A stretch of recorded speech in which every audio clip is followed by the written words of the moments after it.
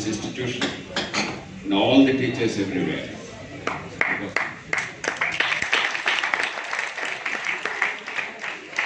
I don't intend to give a lecture. What I propose is we'll have an interaction. Are you all ready?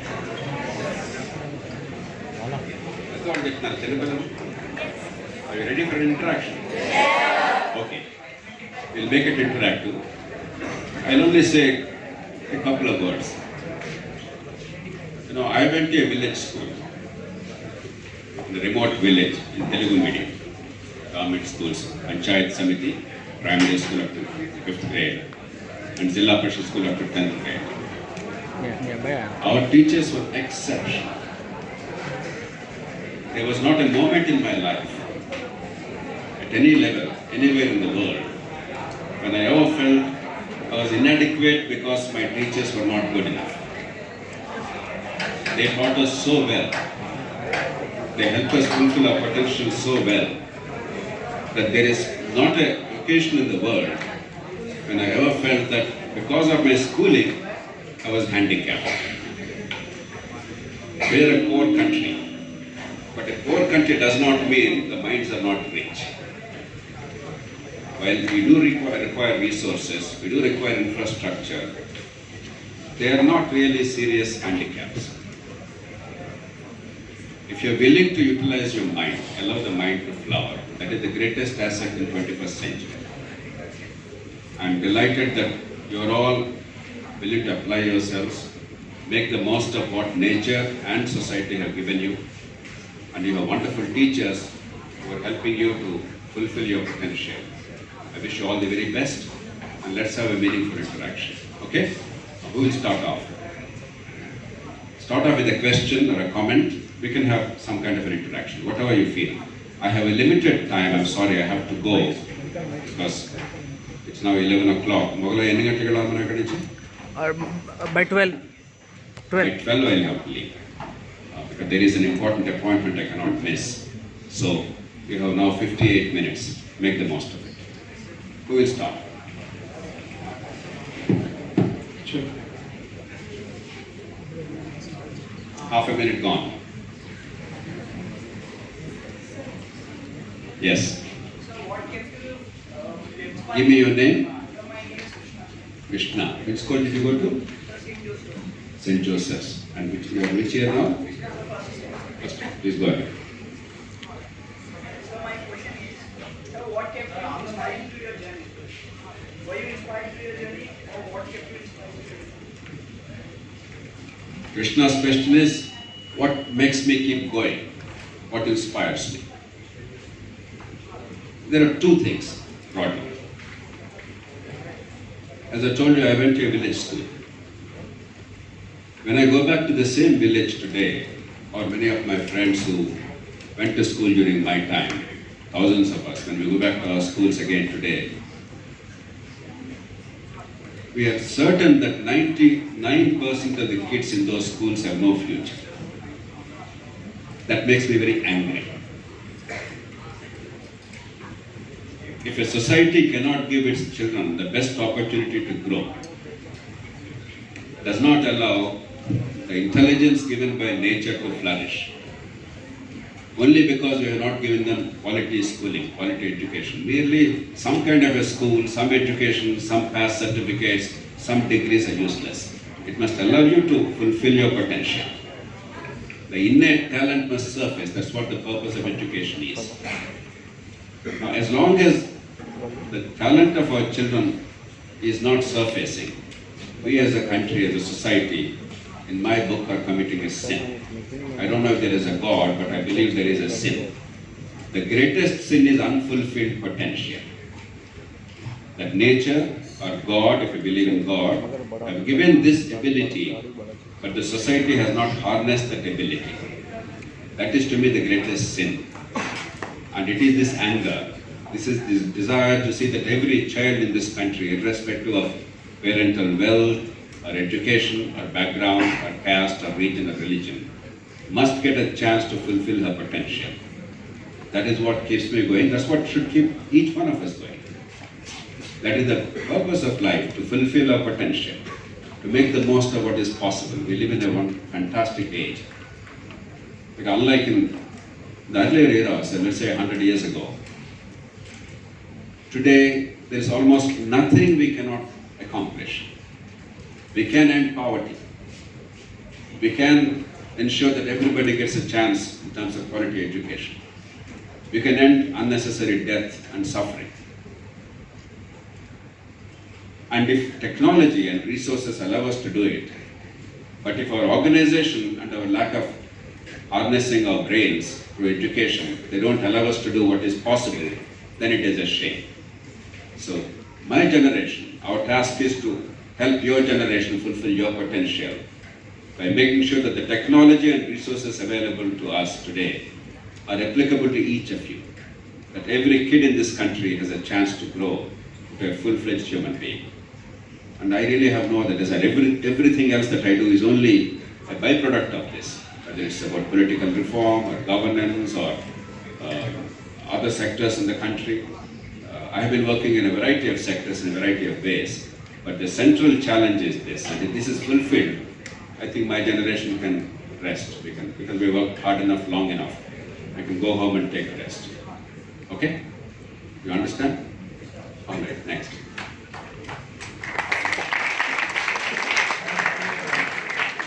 Come on. Yes. The others, raise your hand so that the volunteers and your teachers, they can recognize you and then give the microphone to you next. Because time is the most precious asset that we cannot control, right? Time is linear, it doesn't come back. Go on. Go on. My name is Balaji. Balaji. Which year are you in? Second year. Which school have you gone to, Balaji? Montessori. Montessori. Okay, go on. Being IAS is everyone's dream, but why you are rejected? Why should IAS or IIT be everyone's dream? Tell me. Does it make any sense? I know in Telugu land in every family in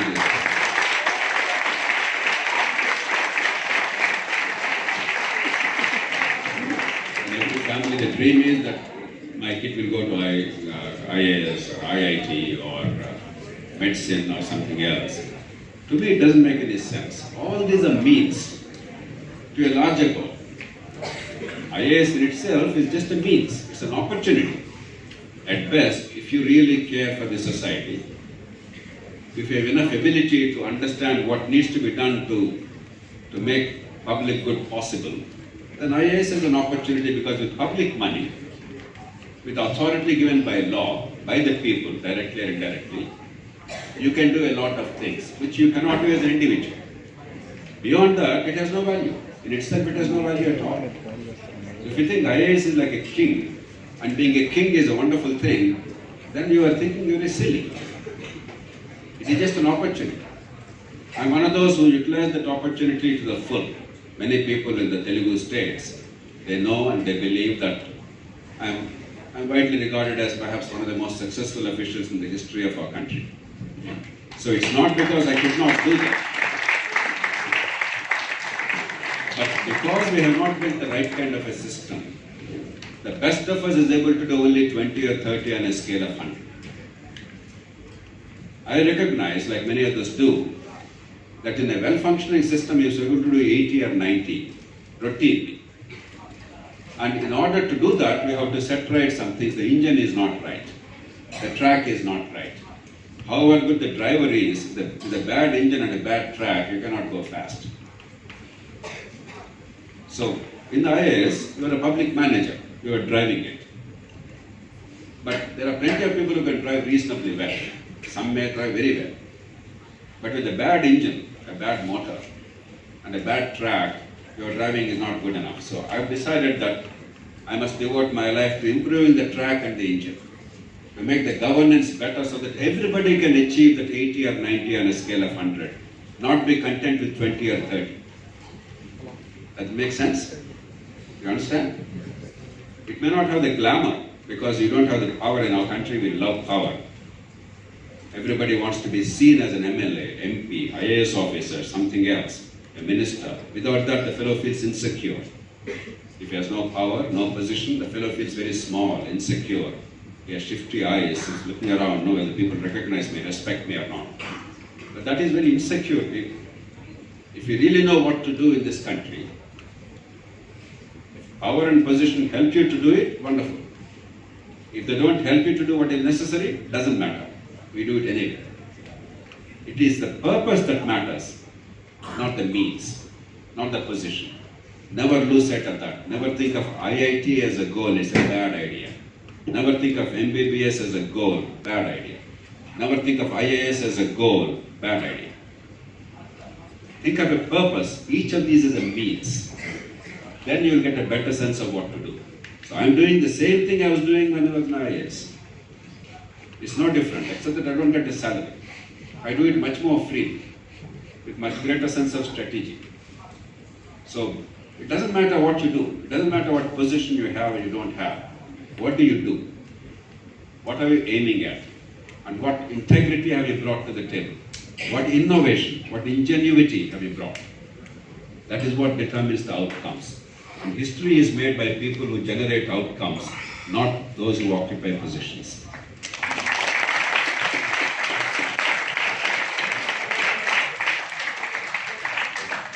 Who is next? Yes. So what do you think is Your wrong? name? Venushree. Venushree. Venushree. Okay. So what do you think is wrong with today's educational system and what can we do? Venushree, what do you think is wrong? It's actually the mindset of parents. Okay, parents are wrong. Parents are here? No. Okay. All right, Venushree. Let's take this question, interesting question. What do you guys think is wrong with education in our country today? Come on. Reservation. Because you're taking the IIT entrance exam, reservation is it's a monster. My God, so many seats are taken away from competition. Okay, anything else? Syllabus. Pardon? Syllabus. What's wrong with the syllabus? Come on. Lot of syllabus, sir. Too much syllabus. Yes, sir. Too much. You're right. Next. Pardon? Lack of choices. There is no exposure to other fields. It's very narrowly focused on examinations. I think everyone has gone into the book side. Like books are equally important, but the experience is more important. Like if I visually see it, I learn it more. There is no application of knowledge. It's just bookish knowledge, theoretical knowledge. You're right. Yes. Exactly. Rote learning or mass copying, both. 10th class in Andhra Pradesh and Telangana, in 95% places in these two states there is rampant mass copying. Intermediate, I think copying is less, but rote learning, everybody gets 99%. If you get less than 98, 99, you are not good enough. Ugly, vulgar system actually. Examinations are rotten. So you have answers. But let's step back a little bit. What do we seek from education?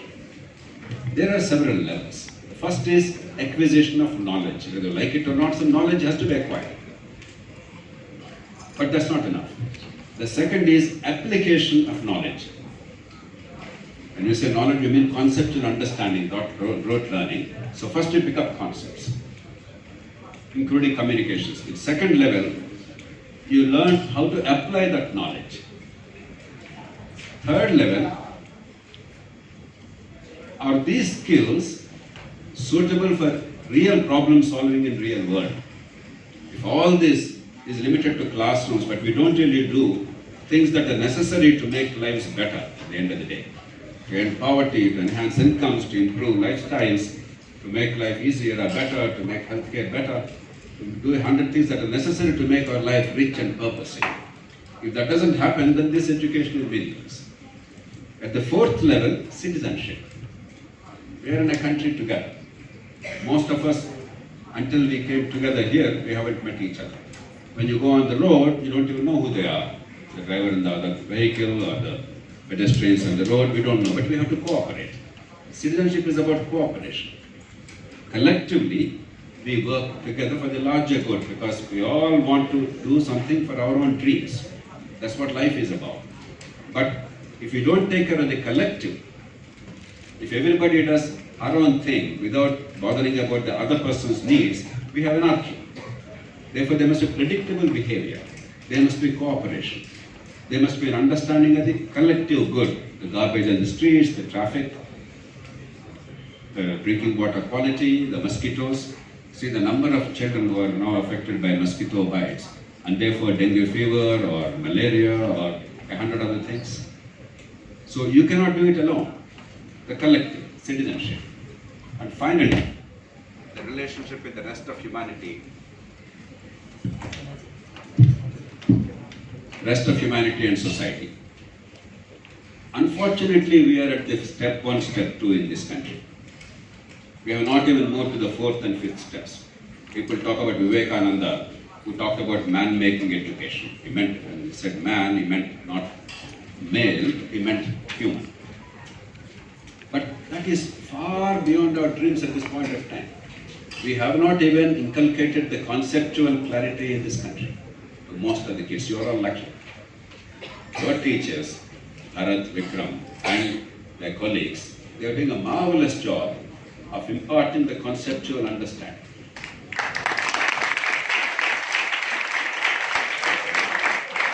And helping you to apply those concepts to face challenges, problem-solving skills.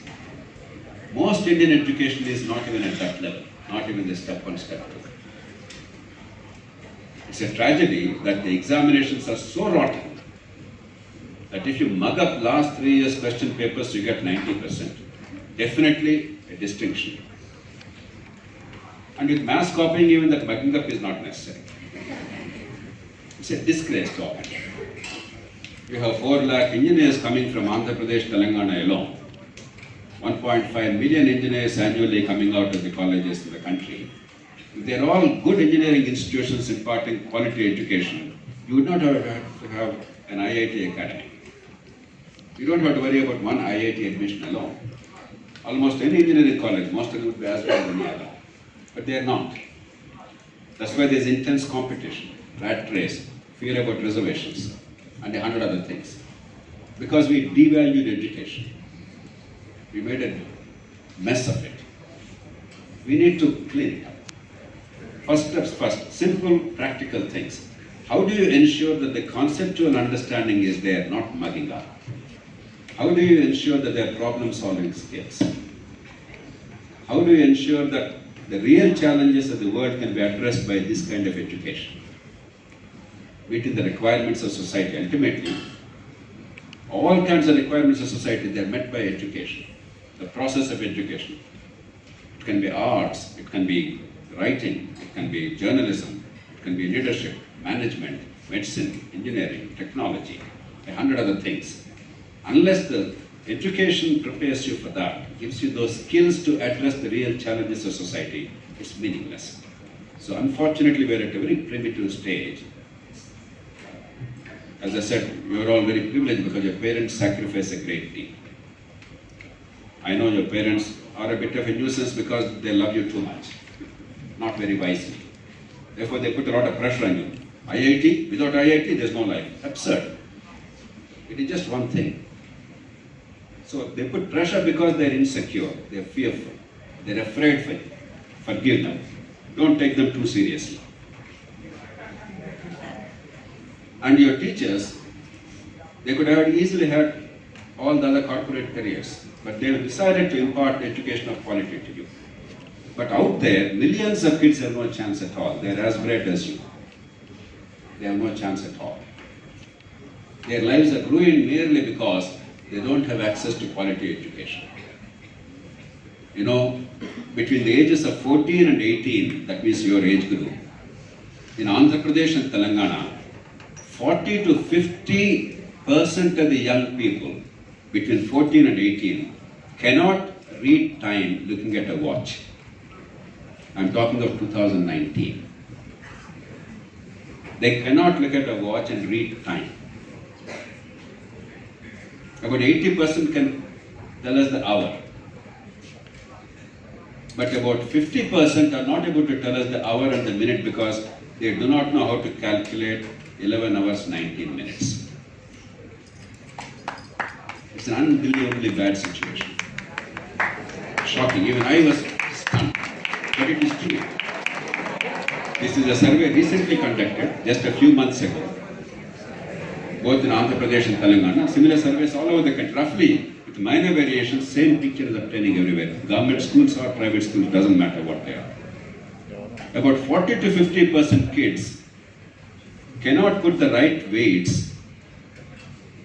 to weigh, let's say, 2.7 kilograms of brinjal. They don't know what weights to put there to add to 2.7 kilograms. We are at that depressingly low level. So I don't talk too much about doing spectacular things. First, elevate this level. Let them have basic skills, then give conceptual understanding, then allow them to apply those concepts to problem solving, then allow them to become champions in real life to change things. These are easy to accomplish, but first we must realize where we are and we must do the right things to make that happen.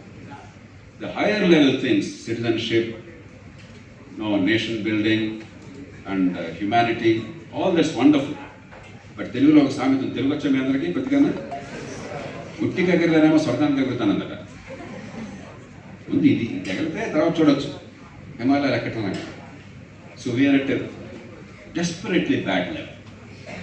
For no good reason at all. Our society values education. Our children are intelligent. Our parents sacrifice a great deal. Our governments are spending a lot of money. అంగట్లో అన్నీ ఉన్నాయి, అన్ని నోట్లో cinema. మనకి ఏం తక్కువ లేదు, బుద్ధి లేదంటే. As a society we lost the sense of what education is. We had that 50 years ago. That's why అప్పుడు డబ్బు లేకపోయినా మారుమూల గ్రామాల్లో ఒక టీచర్ల పాపం శాలరీస్ ఉండేవి కాదు, ఇన్ఫ్రాస్ట్రక్చర్ లేదు, డబ్బులు లేవు. Despite that, thousands upon thousands. Sarvepalli Radhakrishnan, he went to an ordinary school near Tirupati. Abdul Kalam, he went to an ordinary school near Rameshwaram. I went to an ordinary school near Vijayawada. Not in Vijayawada, in a village. That's true with thousands upon thousands of people all over the country.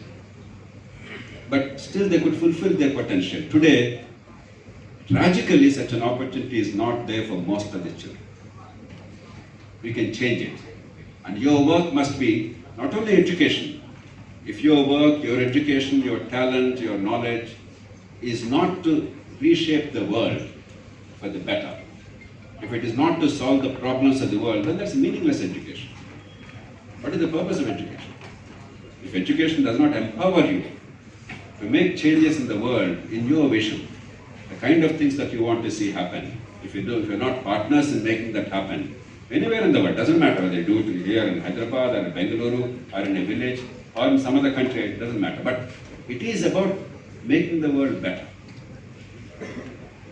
There's a lot we can do, and I know there are times when you get frustrated, there's too much pressure, my God, yes, syllabus is excessive.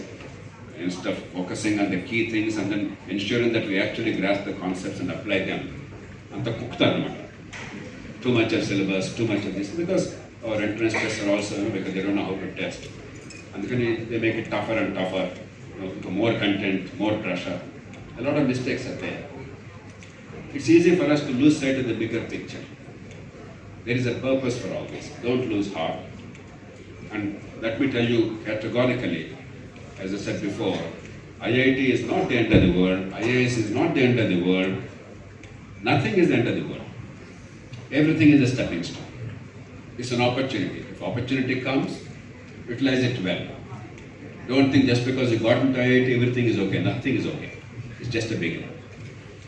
Don't think if you don't get into IIT, everything is lost. Nothing is lost. There are 100 other opportunities. But there is a purpose. Keep that in mind and continuously improve yourselves. You will make wonderful citizens and you will make change makers. Okay? Right.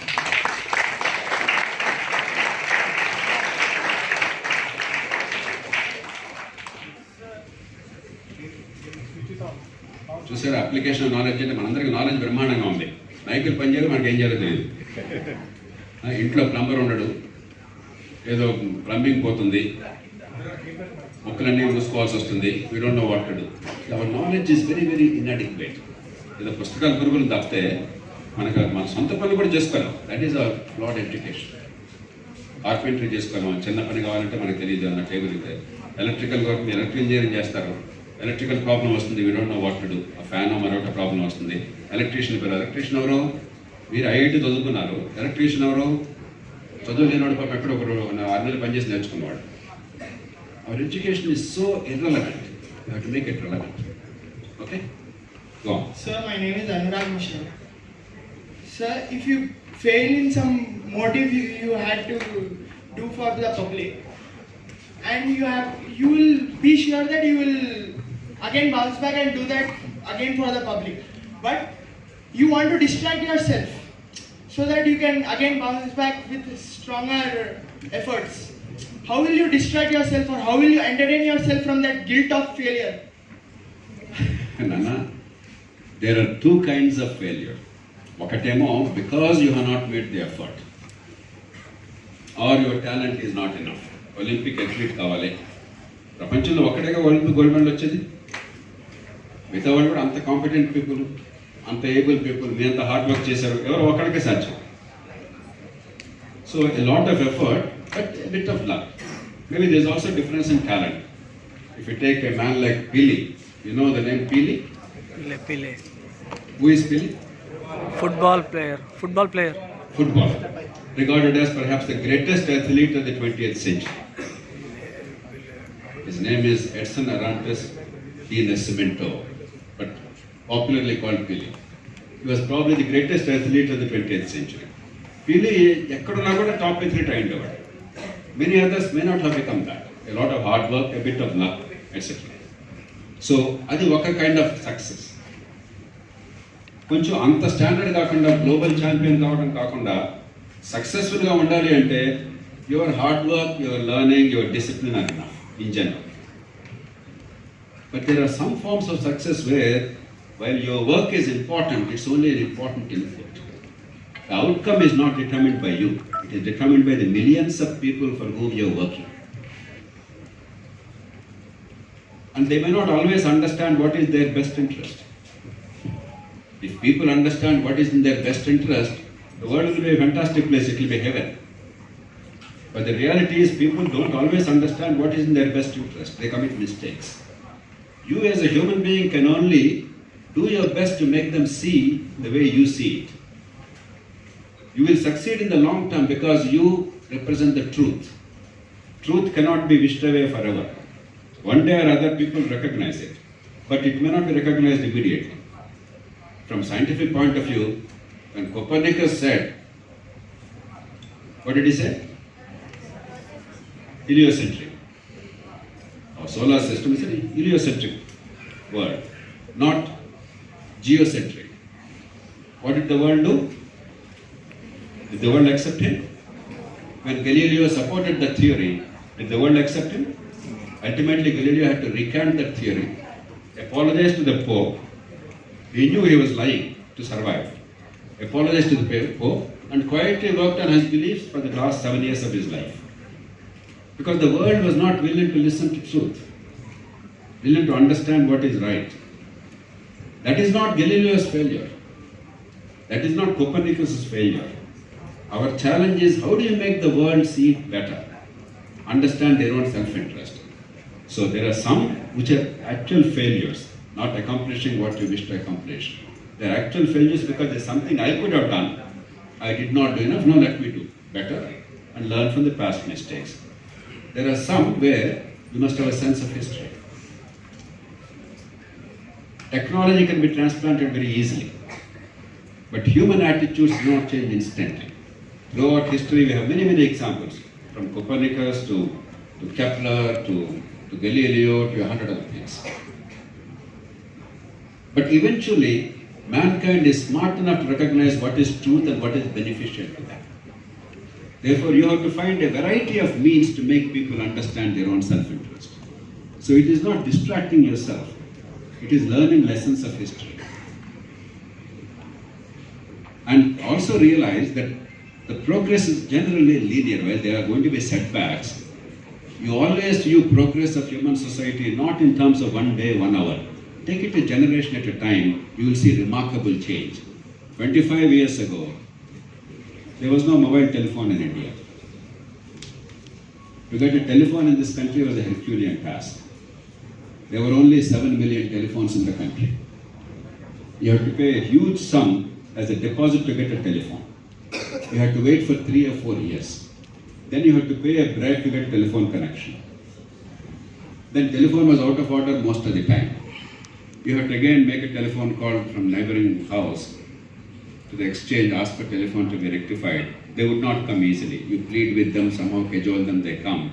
But without you giving them a bakshees, 50 or 100 rupees, they would not set out the telephone. But today, how many of you have telephones? Raise your hands. Okay, how many of you do not have telephones? Okay. Your parents thought that for the time being they can discipline you and deny you telephones, but it's not last now. It's only a matter of time. We have now 1 billion telephones in the country. We didn't have to pay a bribe to anybody for anything. Our telephones probably are the cheapest in the world services. And they're as good as the best in the world in terms of quality. But just a generation ago, we thought this was impossible. This was a dream beyond the comprehension of most human beings.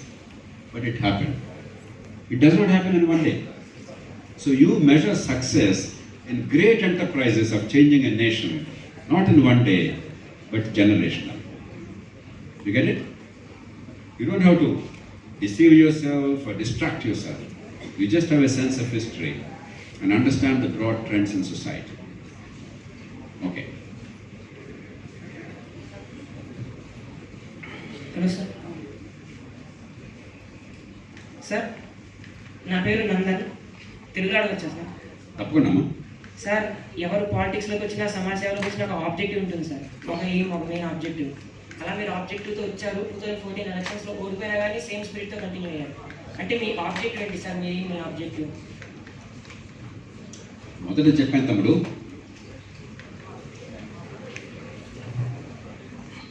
మన జీవితంలో 80% మన చేతుల్లో ఉంది ఏం చేయాలన్నా నేనేం చదువుకోవాలి ఏ వృత్తి చేపట్టాలి ఏ వ్యాపారం చేయాలి ఏ ఉద్యోగంలో ఉండాలి ఏ రీసెర్చ్ చేయాలి ఎవరిని పెళ్లి చేసుకోవాలి ఎలాంటి జీవితం గడపాలి ఎలాంటి ఇల్లు కొనుక్కోవాలి ఏం బట్టలు వేసుకోవాలి ఇవన్నీ మీ ఇష్టం 80% మన చేతుల్లో ఉంది కానీ 20% మన చేతుల్లో లేదు ఇది కలెక్టివ్ చేతుల్లో ఉంది ఇందాక చెప్పాను mosquito the traffic the water supply the sewerage the storm water drainage the town planning the rule of law system government ఆఫీస్లో మనకి సర్వీసెస్ అందటం 100 other things మన చేతుల్లో లేవు ద కలెక్టివ్ కానీ 20% సరిగ్గా లేకపోతే 80% కూడా పనిచేయదు సరిగ్గా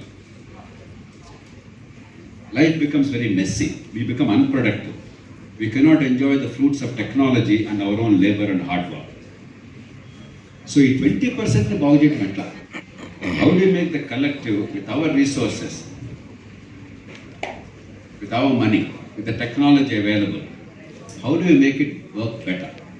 I have chosen that as my goal in life because I realized that that is the most important constraint in this country. మన కుటుంబాలు చాలా బలమైనవి ప్రపంచంలో ఏ దేశంలో కంటే మన దేశంలో కుటుంబాలు బలమైనవి కులం మతం తేడా లేకుండా మన దేశంలో కుటుంబాల పిల్లల కోసం చేసేటంత త్యాగం ప్రపంచంలో ఎక్కడ ఎవరు చేయరు కాబట్టి అక్కడ లోపం లేదు వేద దేశమైనా కూడా మన పిల్లలు బాగుపడాలన్న తప్పని ఈ దేశంలో అద్భుతంగా ఉంది ఆ కారణంగా కష్టపడతాం రిస్క్ తీసుకుంటాం త్యాగాలు చేస్తాం కానీ సమస్య ఎక్కడ ఉందంటే కలెక్టివ్ మన సొంత ఇంట్లో మనం చేసుకున్నంత సమర్థంగా బయటకు పోతే ఏది జరగట్లేదు అది ఎప్పుడూ జరగట్లేదు మనం నీరసం అయిపోతుంది చాలామందికి అవకాశం రావట్లేదు ఇందాక విద్య అనుకున్నాం ఎడ్యుకేషన్ సరిగ్గా లేకపోతే ఎంతమంది సైలెన్స్ ఎడ్యుకేషన్ సరిగ్గా అందకపోతే ఆ తల్లిదండ్రులు ఎంత కష్టపడ్డా కూడా ఆ పిల్లల బతుకు ఏమవుతుంది తల్లిదండ్రులు అన్ని వదిలేసి హోమ్ స్కూలింగ్ చేయగలరా చేద్దామన్నా మరి వాళ్ళకి ఆ నాలెడ్జ్ కానీ ఆ ఎబిలిటీ కానీ అందరికీ ఉంటాయా మీకు ఐఐటీలో మ్యాథమెటిక్స్ మీరు చెప్పాలంటే తల్లిదండ్రులకి సాధ్యమవుతుందా సాధ్యం కదా the collective must take care health care కావాలి ఇవాళ దోమల వల్ల డెంగ్యూ వచ్చేస్తాను దోమలు కంట్రోల్ చేయాలా మీ ఇంట్లో కంట్రోల్ చేస్తే సరిపోతుందా సో ఈ కలెక్టివ్ సరిగ్గా లేకపోతే మన బతుకులన్నీ చిత్రం అయిపోతుంది so how to improve the collective మనకున్న రిసోర్సెస్ నా జీవితం అంతా నేను పడ్డ తపన కానీ చేసిన శ్రమ కానీ చేసిన అధ్యయనం కానీ కృషి కానీ ఏమిటంటే ఎక్కడ లోపాలు ఉన్నాయి ఎందుకని మన దేశంలో ఇతర దేశాలతో పోలిస్తే అనుకున్న ఫలితాలు రావటం లేదు అది రావాలంటే మనం ఎక్కడ ఏ మార్పులు ఎట్లా తేవాలి ఎందుకు తేవాలి అవి సాధించడం నా లక్ష్యం అంతకుమించి నాకు జీవితంలో ఇంకో లక్ష్యం లేదు ఇంకో కోరిక అవసరం కూడా లేదు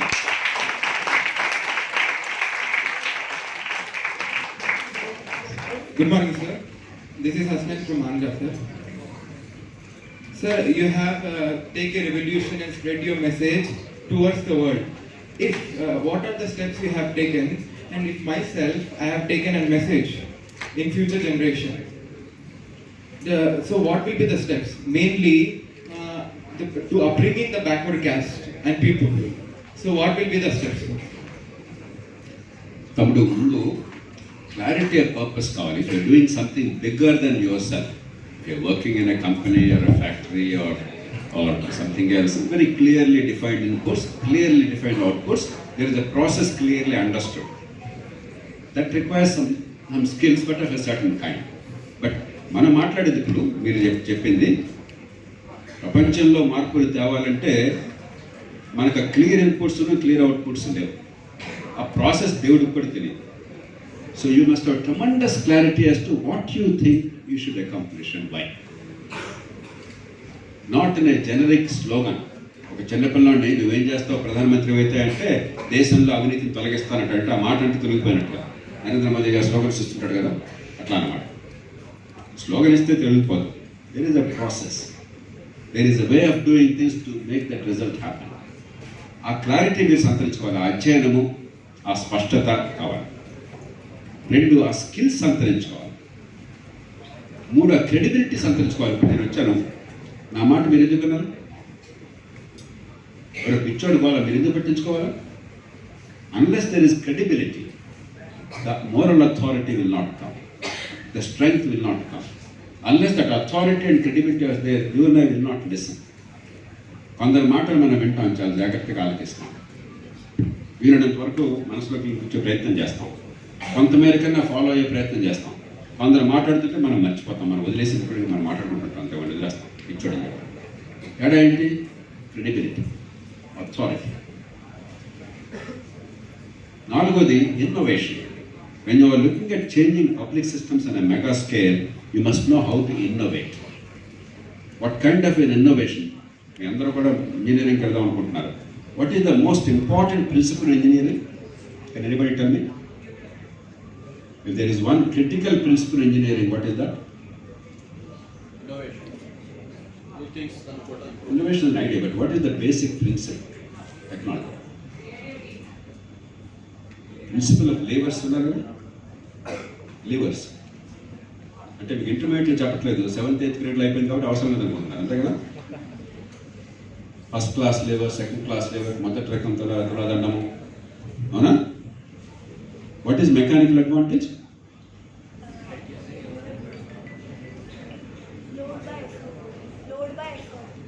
Load by effort. So what's the idea? ఒక పెద్ద బండరాన్ని కదిలించాలంటే అంత ఎఫర్ట్ పెట్టాల్సి వస్తే ఇంక ఇంజనీరింగ్ ఎందుకు? అది పిచ్చోడు చేసేది. And it's impossible after the weight is beyond your capacity to bear, right? But human beings uniquely unlike other animals are able to move or lift large loads, 50 tons domes తీసుకెళ్ళి పెట్టిన ఉన్నారు Rameswaram temple దగ్గర, అయితే Konark temple దగ్గర. ఎట్లా సాధ్యమైంది? Because mankind understood the principle of levers, mechanical advantage. Minimal ఎఫర్ట్తో maximal results ఎట్లా సాధించాలి. ఎట్లాగైతే ఇంజనీరింగ్లో అవసరమో లార్జ్ పబ్లిక్ డొమైన్లో కూడా మెగా చేంజెస్ కావాలంటే కూడా what are the levers of change? ఏ చిన్న మార్పు వల్ల చాలా పెద్ద ఫలితం వస్తుంది. It requires deep understanding and experience and study. Understanding of history, your own society, your culture, and the governance instruments. మీకు ఇంజనీరింగ్ ఎంత టఫ్, ఇది కూడా అంతే tough. You must apply those principles. అంతేగాని ఊరికే మాట్లాడితేనో అరిస్తేనో వచ్చేది కాదు.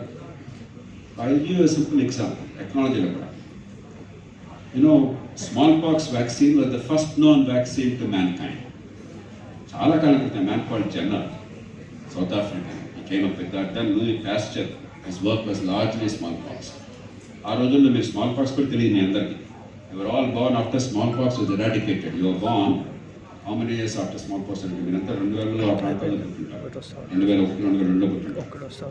Smallpox was eradicated in 1974. అది ఎరాడికేట్ అయిన తర్వాత 26 years మీరు పుట్టారు, 28 years పుట్టారు. మేము చిన్నప్పుడు మాకు స్మాల్ పాక్స్ మేము చూసాం. మా గ్రామంలో స్మాల్ పాక్స్ వచ్చింది నాకు గుర్తున్నారు. నేను పేషెంట్ చూడలేదు, ఎందుకంటే చూస్తే నాకు కూడా వచ్చిండేది బహుశా. బట్ మా ఊళ్ళో స్మాల్ పాక్స్ ఫలానా వీధిలో వచ్చిందని మాకు తెలుసు. టపటప చచ్చిపోయారు. Vaccine was known for 150 years, for at least 100 years plus 120, 130 years. కానీ అయినా చచ్చిపోతున్నారు. ఏమైంది? ఆ రోజుల్లో మా చిన్నప్పుడు మాకు కూడా మీ గ్రాండ్ పేరెంట్స్ కూడా ఉండకపోవచ్చు. గ్రాండ్ పేరెంట్స్ చూస్తే మచ్చలు ఉంటాయి, స్మాల్ పాక్స్ చూసారా? ఇక్కడ మీరు చూస్తే గ్యారంటీగా మచ్చలు ఉంటాయి, స్మాల్ పాక్స్ వ్యాక్సిన్ అంటున్నారు. ఆ రోజుల్లో ఒక సిలిండ్రికల్ నీళ్ళు ఉండేది, ఇట్లా అని ఇట్లా తిప్పేవాళ్ళు. మజిల్ టేర్ అయిపోయేది, బ్లీడింగ్ అయ్యేది, పెయిన్ వచ్చేది, ఇన్ఫెక్షన్ వచ్చేది, జనం అంతా పారిపోయేవాళ్ళు ఈ వ్యాక్సిన్ రాకుండా కోసం. వచ్చినా కూడా ఇన్ఫెక్షన్ వల్ల సరిగ్గా వ్యాక్సిన్ ఎఫెక్ట్ ఉండేది కాదు. ఆ తర్వాత వాళ్ళు వచ్చి ఒక నీటిని తీసుకుని అదే పనిగా పోక్ చేసేవాళ్ళు. ఒక పోక్ అంటేనే భయపడతాను, మీరు కూడా ఒక ఇంజక్షన్లో భయపడతారు, అవునా? దాంతో మళ్ళీ చాలా మంది పారిపోయేవాడు, లేకపోతే కాగానే ఏదో పిచ్చి పని చేసేవాడు. Somebody invented a simple thing, what's called bifocal need. దాంతో ఇట్లానే ఒక చిన్న స్ట్రోక్ చేయగానే 2 ప్యారలల్ లైన్ స్ట్రీట్స్ వచ్చేవి. ఒక drop are 2 drops of smallpox vaccine చేసేవాడు. Suddenly within 5 years smallpox was eradicated. The principle of Lever says, how do you make great changes happen through small little innovations, small little institutional changes, small little change in the incentives. ఇవి అర్థమైతే then equip yourself, then find the best means. మీకున్న skill బట్టి, మీకున్న education బట్టి, మీకున్న exposure బట్టి find the best way to make an impact. There is not one single way of making an impact. There are people like you who are making an impact on drinking water, on sanitation, on traffic, on public transport, on healthcare, 100 other things. Because మన దేశంలో చేయాల్సింది చాలా ఉన్నాయి. నాలెడ్జ్ను ఉపయోగించి, innovation ఉపయోగించి. You decide where you think you add the best value, then systematically pursue it. You will eventually make significant changes happen. Also learn to build bridges. ఇండియాలో అందరం ఒంటరి పోరాటం చేస్తుంటాం కదా, అందరం కలవాలి. ఎందుకు వచ్చాను ఇక్కడికి? September 5th అనే కాదు, మంచి పని చేస్తుంటే భరత్, విక్రమ్, మిగతా వాళ్ళంతా కూడా it's my duty to stand by them, to support, to understand, to learn from that. Each of us must strengthen each other. Only then can the country move forward. అంతేగాని ప్రతివాడు ఐసోలేటెడ్గా చేస్తే చివరికి ఎవరు ఏం చేయరు. So learn to build bridges, learn to forge alliances, work together, learn to minimize differences, maximize areas of cooperation. లేకపోతే చిన్న వాటికి మనం భేదాలు పెట్టుకుని మేము పని చేయాలి, ఒక చిన్న విషయంలో తేడా వచ్చిందని చెప్పంటే మన పిచ్చి వాళ్ళ ప్రపంచం అవుతుంది. 100% అగ్రిమెంట్ ఎప్పుడు ఉండదు, భార్యాభర్తలకు కూడా ఉండదు. ఉంటుందా? No two human beings can be identical in views. కానీ మనం 90% మనకి కలిసి అభిప్రాయం కలిసినప్పుడు ఆ 90% కలిసి పనిచేద్దాం, 50% కలిసి 50% కలిసి పనిచేద్దాం, 30% కలిస్తే 30% కలిసి పనిచేద్దాం. Human beings have the unique ability to work together, to cooperate. Use that and keep at it. But every moment you must learn. Every day, even today, I study about 6 to 8 hours a day minimum. Every day I try to learn new things, to understand how things are done better. What are the new things happening? Unless you really are equipped fully, you cannot make a difference. So be prepared for that, equip yourself and have clarity of goals. You will certainly be a partner in change in the country and in the world.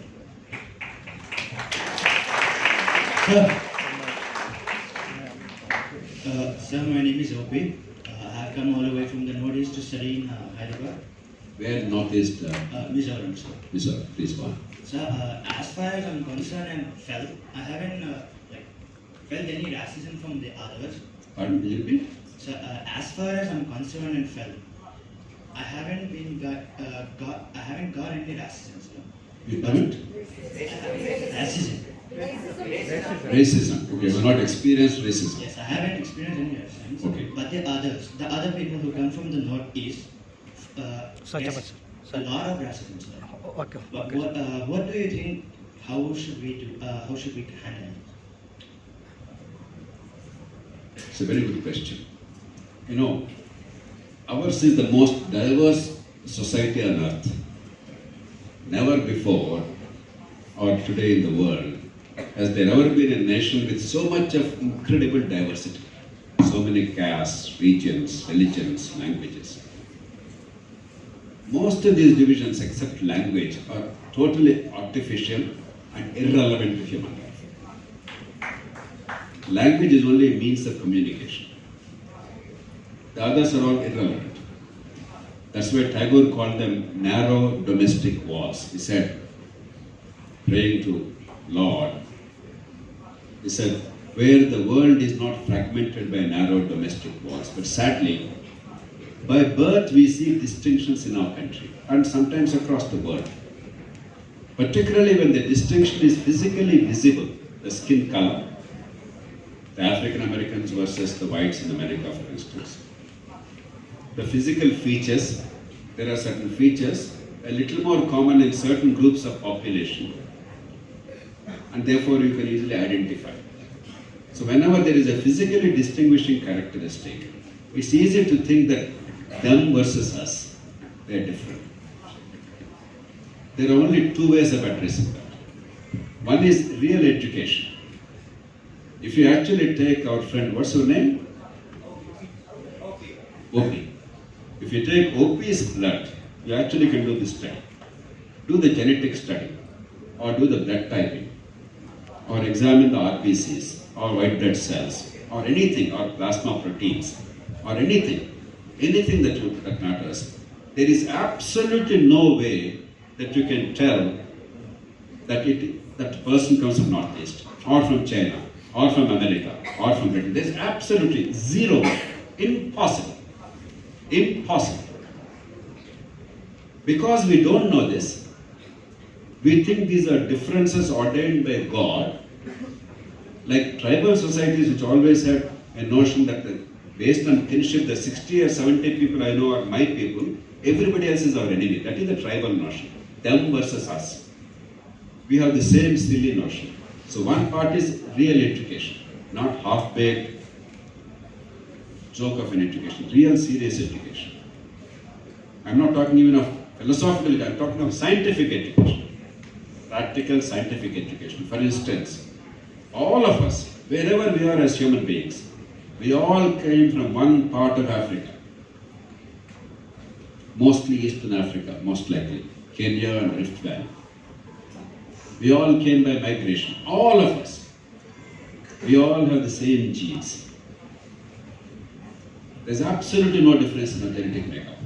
We all migrated, and eventually, some 75 or 80,000 years ago, we migrated from Africa.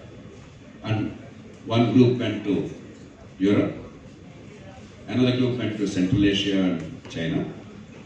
A third group came along the coast via Middle East to India, Indian coast, and then Southeast Asia up to Australia. We belong to that group. But we are all one. We all came by migration.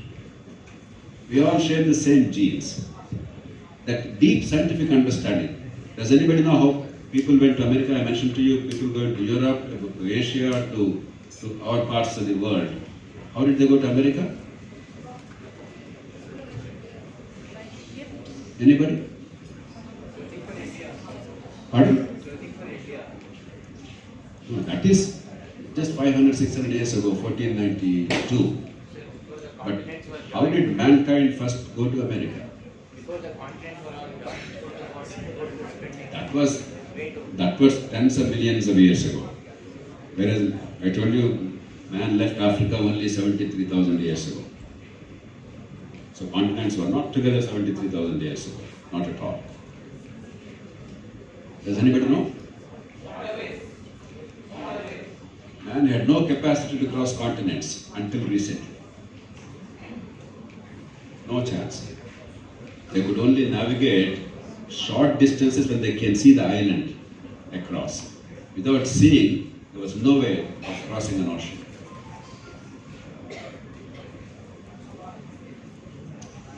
What's your name? Sanvi. Tanvi. Sanvi. Tanvi.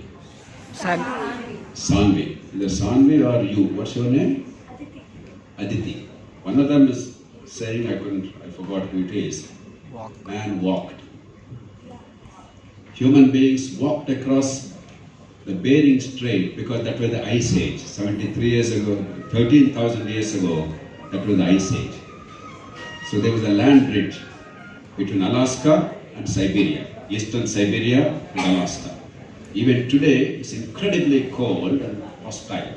Somehow, a group of human beings walked across that land bridge and entered Alaska. And then they could not cross the Alaskan ridge for about 2,000, 3,000 years. Once they crossed, they colonized the whole of Americas, from Alaska to the southern tip of South America, in just 1,000 years. So all human beings migrated from one pocket, Africa. In Africa also, one pocket. We are all the successors of those people. That understanding is one, but that's not enough. For the bulk of the people, this understanding will never come through education, because people who don't know how to measure the weights, people who don't know how to read time, how can they know all this? That's unlikely to happen anytime soon. The second way is, make people look at things that are important for them. Supposing your family wants your education. Now, when the parents overwhelmingly concerned with the child's education, they will not bother about the caste of the teacher. They will bother about whether the teacher is good enough for my child or not. Supposing you require an operation, a surgery to be done, a member of the family. When you look for a doctor, will you say, I must not have a northeastern doctor? I must only have a Hyderabadi local doctor or somebody? You say, who is the best doctor who can do this surgery and save my child? So what happened? Have you become very moral, a Mahatma? You become very practical. You understood that you have a need much bigger than this caste or region or religion. And if you foolishly go by caste or region or religion or race, then you may actually lose your loved one's life. So you draw a bigger line. There is a greater self-interest than this stupid caste or race or region. So if you build society in a manner that self-interest is understood by each of us, then to a large extent caste and region and race will disappear. And that's where governance is important. How you build society is very important in breaking down the caste barriers or racial barriers. And finally, all of you young people, how does this racial divide or caste divide or religious divide, how does this survive? Because of inbreeding, marriage within the community. The pressure from the parents to marry within the community. When you grow up, make independent choices conducive to your own personal happiness. And this one thing, make responsible choices, decide who is the best person to be a life partner. It's a lifetime decision. Once you decide somebody is best for me, gives me happiness, the companionship is what I really value, and I want to lead a life with that person for life. Once you make up that mind, that is one issue on which you say no to your parents. Once you marry for love, for your own happiness rather than the social pressure, then slowly caste will disappear. So these are the three things. True education, building institutions where your self-interest is manifest, and breaking the shackles of marriage, inbreeding within certain communities. All these three. I know your parents will be unhappy that I'm telling you this, but I am very vocal about it. You must break these barriers for your sake, not because of some idealism. Because you must have happiness in life. You have one lifetime. You must make decisions for yourself, but responsibly, not recklessly, not foolishly. Once you do these three things, these barriers will disappear. And the world today is much better than it was 100, 200 years ago. But still there's a long way to go. Okay? Very complex question. Next.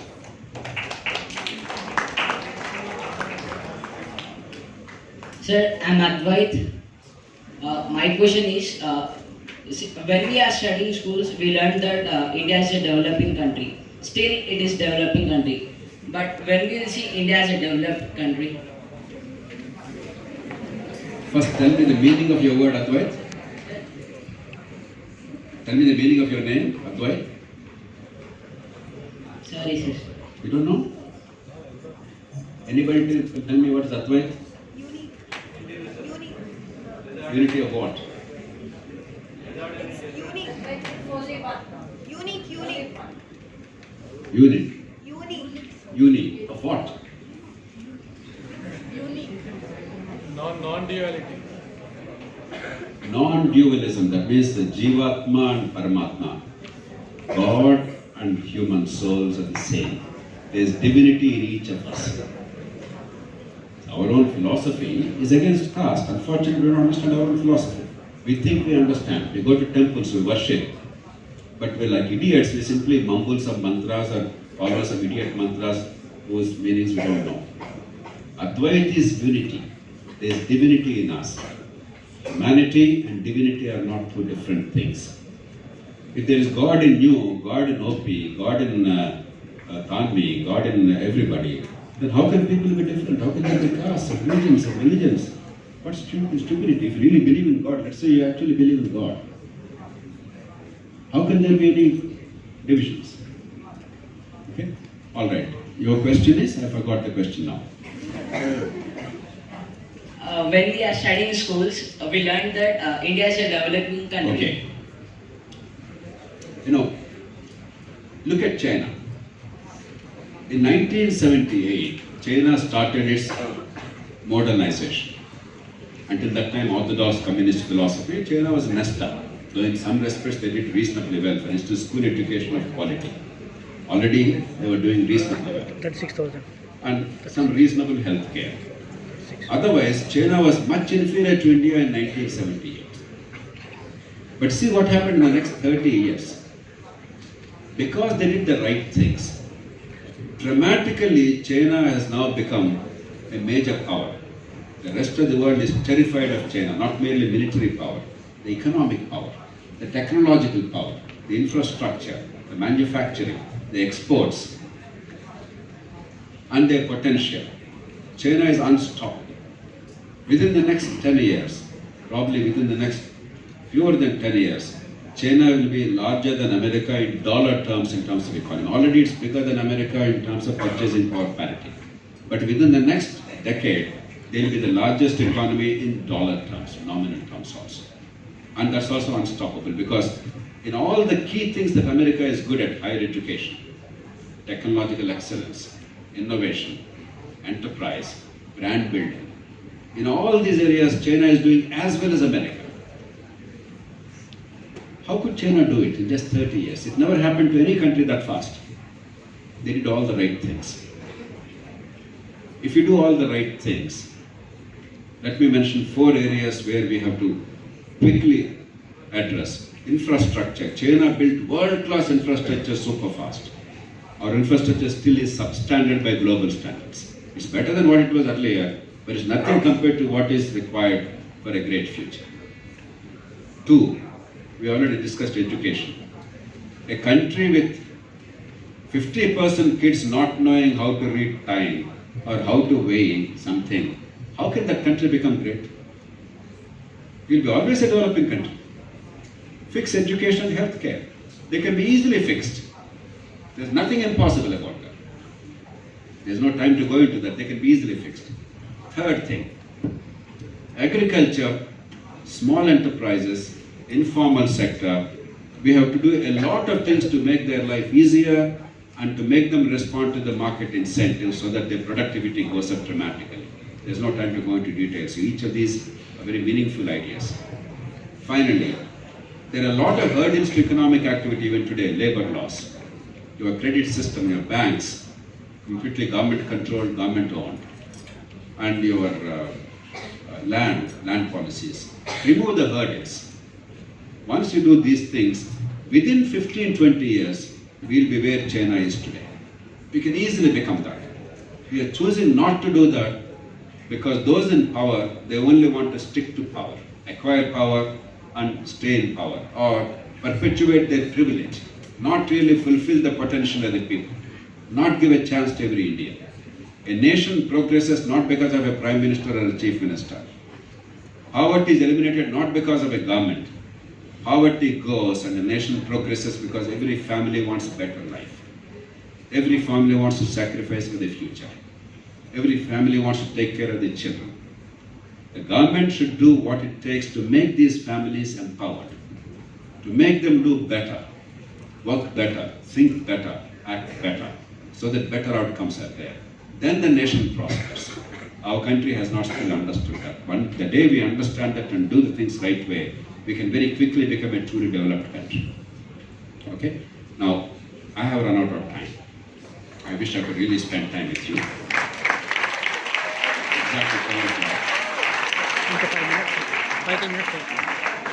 On some other occasion, I'll be happy to spend much longer time with you. Normally, an hour and a half, 2 will be more satisfying, but unfortunately, time is something we cannot control. Everything else we can manage. Money is not a big issue. Time is the most precious asset. Never lose sight of that. Time lost cannot be regained. Okay, there is some good news if you really want me to stay for some more time. You want me to stay for some more time or go?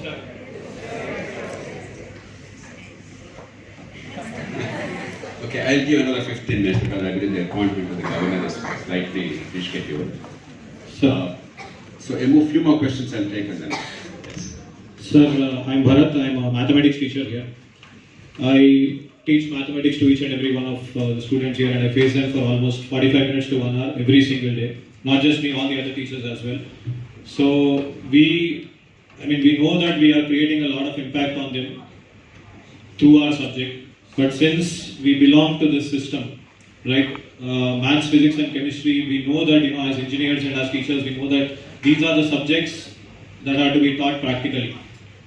But since we belong to the system, since we have to accommodate ourselves into the system, though we know it at the bottom of our heart that, not 100% of our teaching is actually applicable, we're still doing it. So this question is on behalf of the teachers here, and your answer will also enlighten the students as well. So how do you think we should balance this dishonesty that we are doing as teachers? Bharat, I don't think you should be so hard on yourselves. It's not dishonest.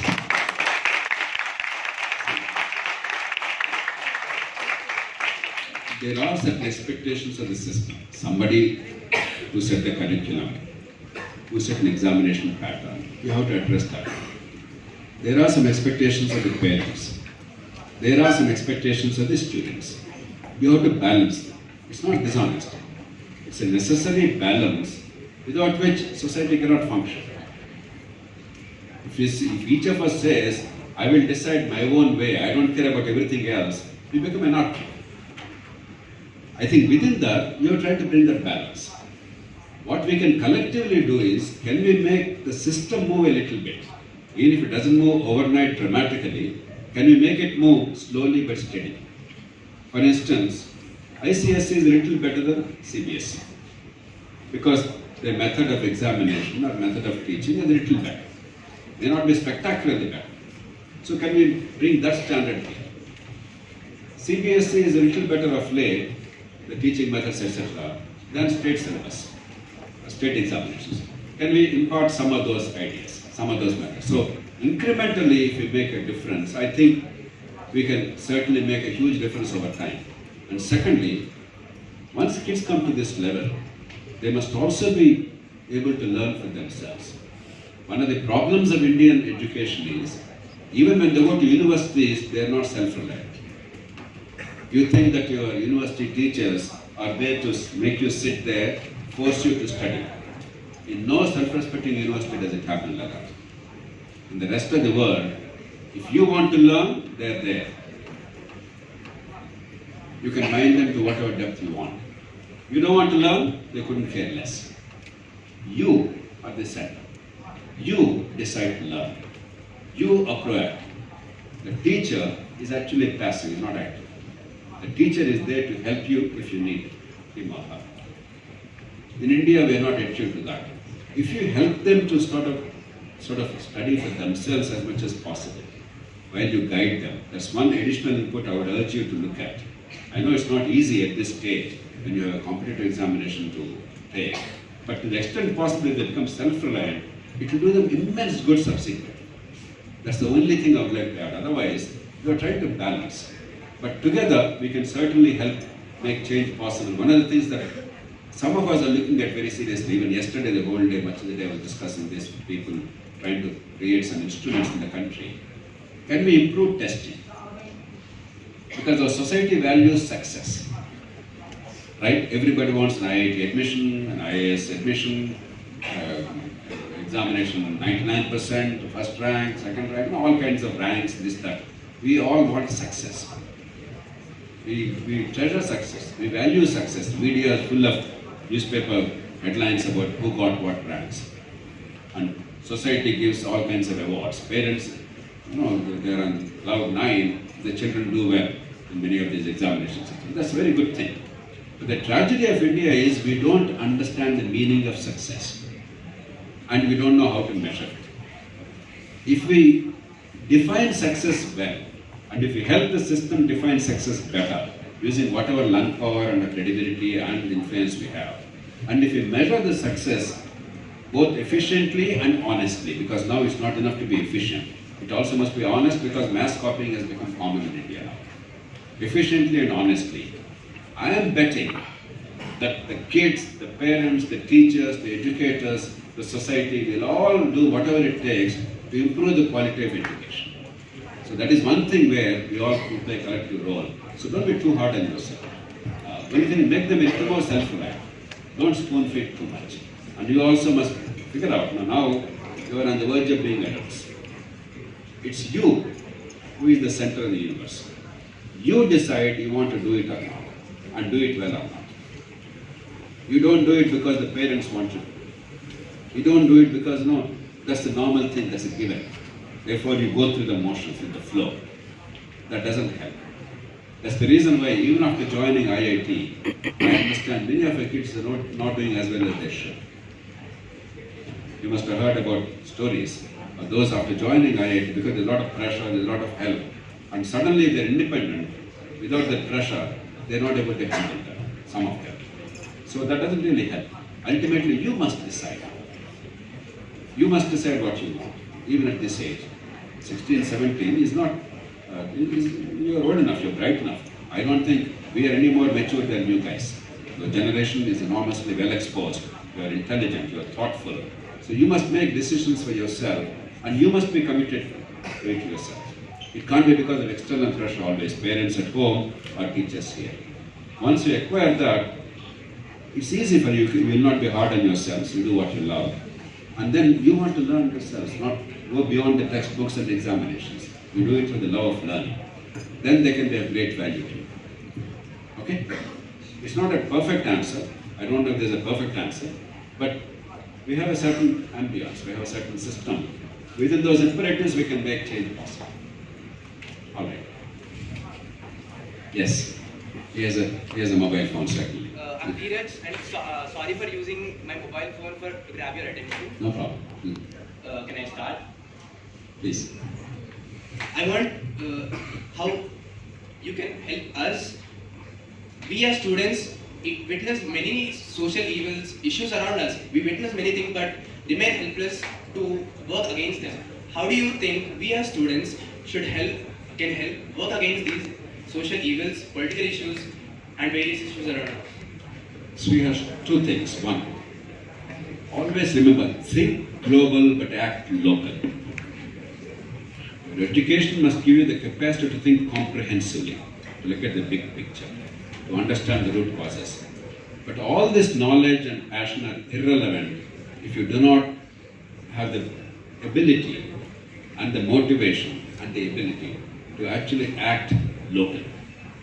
So if there's a problem, not individually but collectively, see how a small difference you can make. No, it may not be a big difference. Don't think of changing the world. Can we make, supposing traffic is a bit of Kalman in some area, can we volunteer, learn a bit about traffic management, give 1 hour a week time to help those fellows to manage the traffic better? Suppose mosquito control. Can we together understand how you can control mosquitoes by better drainage systems, by larval control, whether it's biological or chemical or some other means, and protect the community from mosquitoes, and at least in some small pocket that we choose which matters to us, make that difference, because we learn a great deal.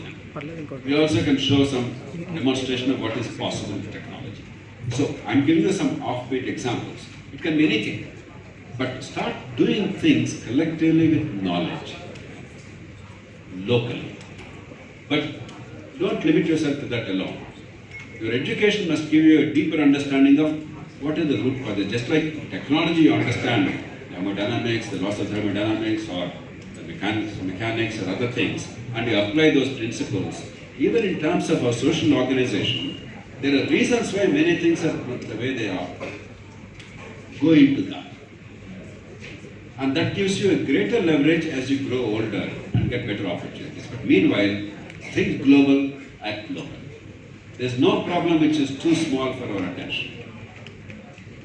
But use intelligence. Don't do it crudely. That's where your education, your intelligence, technology. And in this day and age, the mobile phone you have, just one flick, you can get all the knowledge you want in the world. It's not like 30, 40 years ago not knowing what to do. Today you're empowered. Use that knowledge. Okay? Right.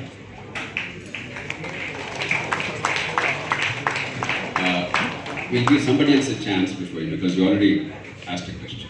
Anybody else? Yes. So who is your guru and what qualities in him made you inspired? Pardon? Who is your guru and what qualities in him? Oh, there are many gurus. There are at least three kinds of gurus. One is my teachers. Some of them are outstanding. If I mention the names also, you wouldn't know, but they were very inspiring in an ordinary village Telugu medium school. The kind of inspiration they brought to the table, the kind of encouragement they gave was quite extraordinary. And I'm very grateful to them. For instance, in my 9th grade, my natural science teacher in a village, and I'm talking about which year? 9th grade for me means 51 years ago, in a village. He actually dissected the frog to show us the internal organs. Even in intermediate in the city today, you don't have dissections. Your peers, the BPC guys, they don't do any of these dissections. They pretend they do, they all got 30 out of 30 in practicals. It's all a joke. So that's the kind of commitment my teachers showed. So that is one group of people. The second is, I have at least 3 mentors in my life. And it's my good fortune that all these 3 mentors became my great personal friends. And in each of these 3 areas, inspired by them, I could make some significant difference to the country. One is Varghese Kurian, the man who revolutionized milk production in India, dairy cooperatives. I was inspired by Kurian. I became a great friend of Kurian's personally. And the 97th Amendment to the Constitution that I brought about, or engineered, was essentially to liberate the cooperatives from the clutches of government, to give cooperatives autonomy. Because I was inspired by that ideal, worked for a lifetime for that cause. One of the things I could accomplish during my lifetime is bring about a constitutional amendment to liberate cooperatives from government's unnecessary control, for instance. Kurian passed away, is no more. Another man who influenced me profoundly is a man called Sharad Joshi. Sharad Joshi was a postal service officer. He did remarkable work in organizing the farmers and looking at the problems of agriculture in India. Not in the traditional way, but in an innovative, practical way. I was deeply impacted by his work, and again he became a close personal friend of mine throughout life. And much of my work in agriculture, ensuring appropriate prices through market mechanisms to the farmers. I don't want to go into details, there's no time or opportunity now. But a lot of work I could do in the country, in improving agriculture. A lot more needs to be done, but influenced by him. Again, Sharad Joshi is no more, he passed away a few years ago. A third mentor of mine is Rajnikant Taroli, a great doctor. He and his wife, they built a first-rate healthcare system in a very poor area of India, set a great example. Sadly, India did not see that example spreading all over the country. It's a tragedy. But a lot of work I have done and I am doing is related to healthcare influenced by Ayurveda. I am the author of the National Health Mission in this country. It was my creation, what we have all over the country, National Rural Health Mission, later Urban Health Mission, National Health Mission. But I want to go much farther. I want to create something equivalent to the National Health Service in Britain. Universal health coverage of high quality available to everybody without spending a single rupee out of pocket. It's possible, but we are not there yet. He also passed away some years ago. So that is another kind of national icons whose names you don't even know. Maybe Korean's name is known, other names are not even known because India does not even know its true heroes. We are a bunch of idiots as a country. We don't recognize truly great heroes who actually gave us monumental things, great ideas and institutions and practices. Because we only worship power, we don't worship accomplishment. It's one of our deficiencies as a culture. There's a third set of heroes who gave us tremendous sense of philosophy and understanding of humanity. Bertrand Russell. He influenced my thinking and my life at a very early age, much before your age. At the age of 14 or 15, I started reading Russell. His impact on me was very profound. And similarly, many other philosophers, but Russell probably was the most important of them. But several other philosophers until today. Even now I read avidly, and anything really that's new, innovative, thoughtful, based on evidence and logic, I embrace it, and I absorb it, and I try and integrate it with my work. So there are a lot of people whom I never met, none of these people I met. But we are lucky, we have their knowledge transferred to us via human beings. So I absorb it every single day. So whole lot of people, impossible to count. Okay? So this is Vikram. I know that we are running out of time. So one last question. First of all, I would like to thank you. You really added grace to the occasion. It's so very useful. And I was really looking at the discipline, the pin drop silence, that speaks about it. Thank you so much, sir. And I just want you to tell about our students, just in one word. I mean, with the little experience that you had with this interaction, if you have to describe our students in just one word. You know, this is what gives me hope. I meet tens of thousands of young people in colleges and universities all over the country and sometimes in the rest of the world too. When I meet groups like yours, I see enormous energy, intelligence, enthusiasm, and idealism. Never let it die.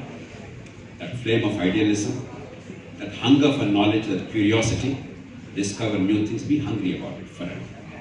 And the sense of optimism. Never let optimism die. Because you know, it's very difficult to retain optimism in the short term. But again, as I said before, you must look at the long term. Just look at 100 years ago. The world was incredibly bad. Our history books, others say they were glorious years, golden age, all that is rubbish. Average lifespan was 30 or 35 years. 100 years ago, 150 years ago, 40% of women died during childbirth or after childbirth. 40% of women died during childbirth or after childbirth, not too long ago, just 140, 150 years ago. So don't think that the past was glorious, it was lousy. It had glorious moments. But because some innovative people like you, they applied themselves, they understood, they learned, they observed, they innovated, they tried to find solutions. And then they propagated those solutions.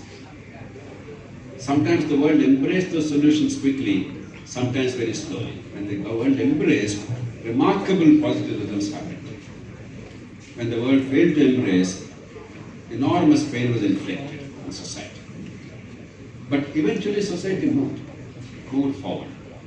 So today, you live in the best of all possible worlds. We have more resources than ever before in human history. You have better access to technology than ever before. You can do things you could not even have dreamt of 30, 50, 100, 200 years ago. Yes, the world outside seems to have many problems. But unless you have a sense of what we as mankind have accomplished in the past 50, 100, 200 years, you will not understand where we are. You get bogged down in the problems. So don't lose sense of curiosity. Don't lose sense of idealism. Don't lose sense of optimism.